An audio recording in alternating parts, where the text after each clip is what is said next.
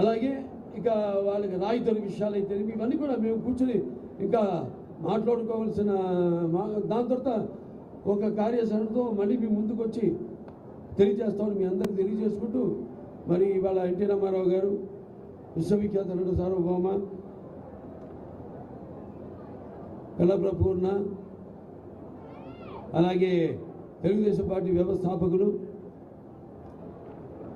Padmashri doctor Nandamuri Taraka Ramarao గారు పుట్టిన ఈ కృష్ణా జిల్లా ఇక్కడి నుంచి ఈరోజు ఈ యొక్క కార్యాచరణను ప్రారంభించడం, ఎఫ్డీసీని యాక్టివేట్ చేయడం, మళ్ళీ ఇక్కడ వివిధ రంగాల నుంచి అందరూ కూడా ఎన్నుకోవడం, అటు సినిమా రంగం అయితేనేమి, అటు నాటక రంగం అయితేనేమి, లేకపోతే అటు టీవీ రంగం నుంచి అయితేనేమి అందరూ కూడా ఎన్నుకొని ఈరోజు ఒక మంచి కమిటీను ఏర్పాటు చేయడం జరిగింది.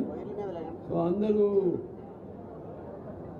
వాళ్ళ వాళ్ళ అనుభవాల్ని ఏదైతే ముందు వాటన్నింటినీ అవకాశం పోసి మరి ముందు ఒక మంచి కార్యాచరణతో ఈ యొక్క చలనచిత్ర పరిశ్రమాభివృద్ధిని అతి శీఘ్రంగా అతి వేగంగా ముందుకు తీసుకెళ్తాము.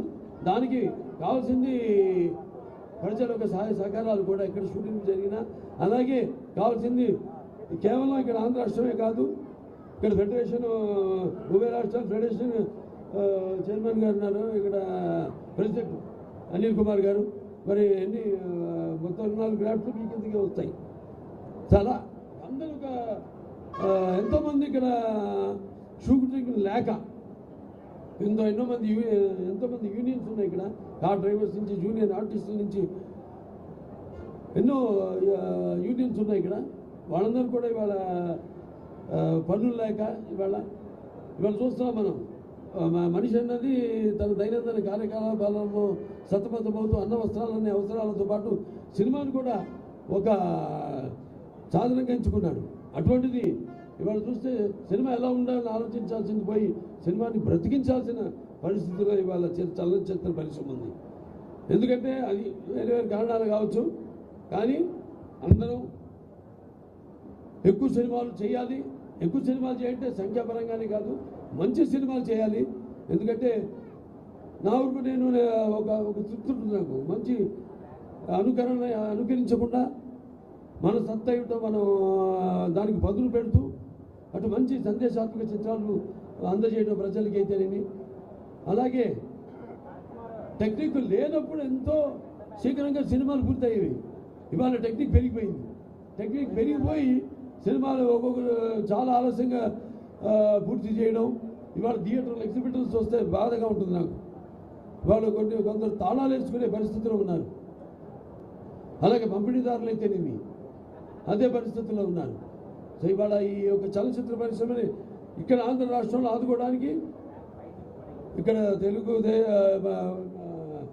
ఈ తోడేట్ల ప్రభుత్వం అయితే ఉందో ఎన్డీఏ ప్రభుత్వం ఈ యొక్క చలనచిత్ర పరిశ్రమ కోసం పూర్తిగా వాడికి లాభదాయకంగా ఉండేలా ఏదో కొత్త ప్రణాళికలతో ముందుకొచ్చి తప్పకుండా చలనచిత్ర పరిశ్రమని కాపాడుతాం మేము. అలాగే తెలంగాణ ప్రభుత్వాన్ని కూడా నేను విన్నవించుకుంటున్నాను. వాళ్ళు కూడా వాళ్ళ సహాయ సహకారాలు కూడా ఉభయ రాష్ట్రాలు కూడా, ఎందుకంటే అక్కడ చలనచిత్ర పరిశ్రమ అక్కడ ఉంది హైదరాబాద్లో. ఇవాళ మనం చెప్పుకుంటున్నాం ఇక్కడ విజయవాడ ఇది మన చలనచిత్ర పరిశ్రమకు అవిభక్త ఆంధ్ర రాష్ట్రంగా ఉన్నప్పుడు కూడా ఇది ఒక రాజధాని అని. సో ఇవాళ ఇక్కడ కూడా మన తెలుగు చలనచిత్ర పరిశ్రమను కాపాడుకోవాల్సిన బాధ్యత.